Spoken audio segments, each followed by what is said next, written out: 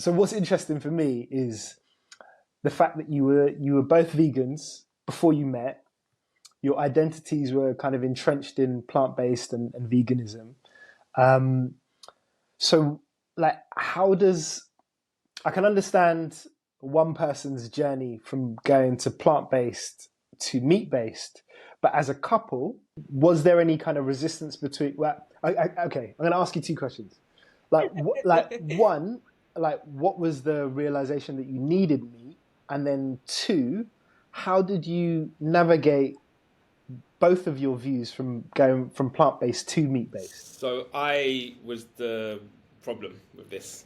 So Well, I just think there was not the more problem, but resistance, I yes. was the one. I was the guy with the resistance for this one. And looking back, it's mainly because I had identified so much with it. I'd built a business around it, and you know there was some shame around that as well. There'd be some shame around coming back after being so self-righteous with it. So basically, Jess was already. I think the really interesting point is to note that we were vegan for the same amount of time. So I think we started to hit what I call the vegan wall, right? Between year 3 and 5. All the B12's running out. Yeah, right. So yeah, we're vegan for like 5 or 6 years or something. Yeah. Yeah. So I think that's an interesting point that we've been on that journey for a similar amount of time. So basically, I think we both were starting to run into that wall, that health, right? And I remember in the summer, like Jess she wanted to eat eggs around her bleed. And to me, it made sense. I was like, well, that's a period. You're on your period. You're losing blood. Okay, I can understand that. And if that's what I'm going to do, but I'm not eating eggs, right?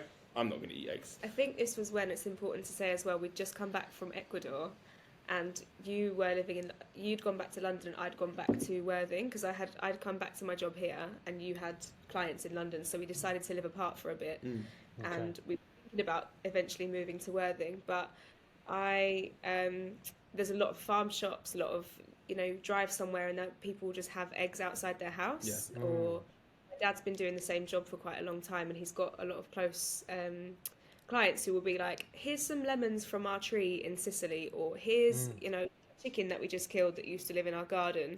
So I've been very immersed in that, and one of the blocks to coming away from being vegan for us both was like thinking there's no quote, there's no humane way to kill an animal, getting stuck on that. And kind of thinking, well, there's no okay way to do this. I can get my head around the fact that, when I'm bleeding, I might need this extra support from the fat and all the other things that are in eggs, but I can't go and buy them from, Tesco or, but all of these options in front of me of things that actually felt very, ethical and local, which is really important. But that's harder for you to see because you'd always been in London. You was closer and everything's just industrial. Yeah.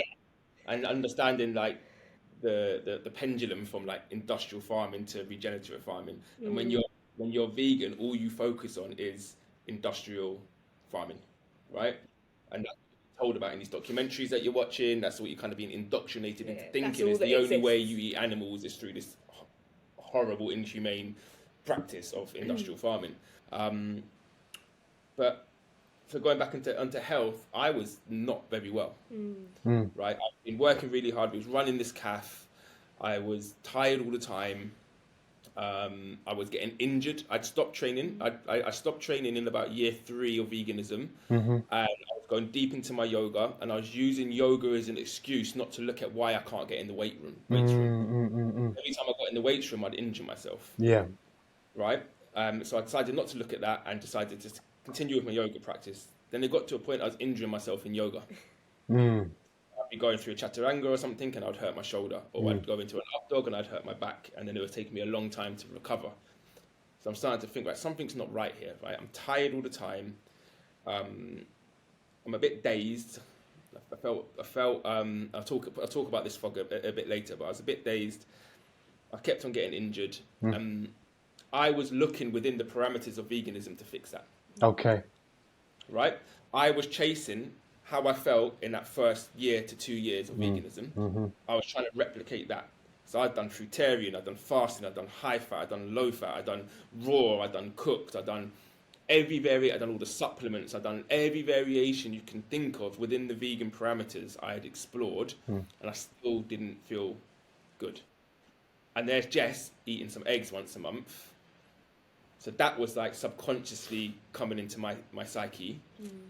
And then we finished our training in Ecuador. It's very deep training. I was absolutely fucked by the end of this training, right? It's 3 weeks, deep yoga work, some shamanic work as well, like some ceremonies. It was a big excavation of like an emotional excavation. We finished the course. We went off into the mountains to chill. And I was so depleted. And there's chickens everywhere, right? And Jess was like, just eat some eggs, man. Like, just try it, eat some eggs. And I was looking around and said, right, if I'm going to eat an egg anywhere in the world, it's going to be up here in this mountain in Ecuador where I can see all the chickens. Let me eat this egg.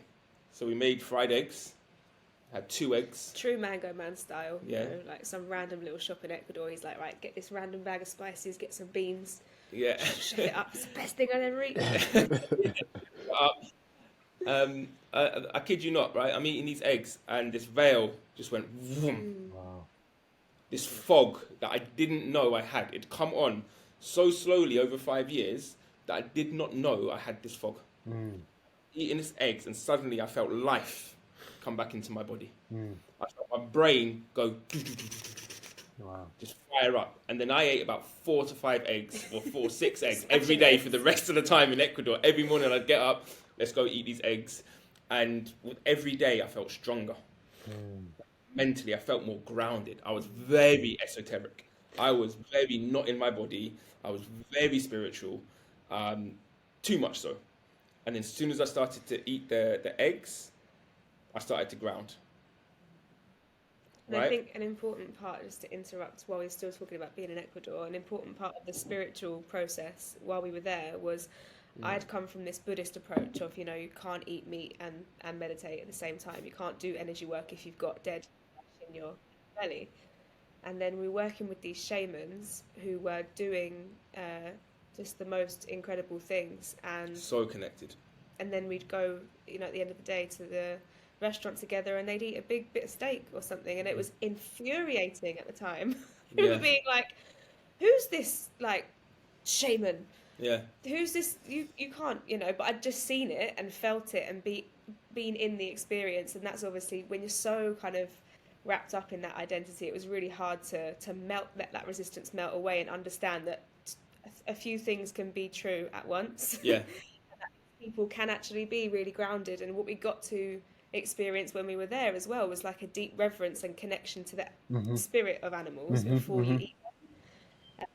There was a whole 12-hour ceremony in the equinox. We were there in September. Was it equinox? Yeah, well, for them it was spring equinox. Yeah, so it would have been solstice over here. And was it?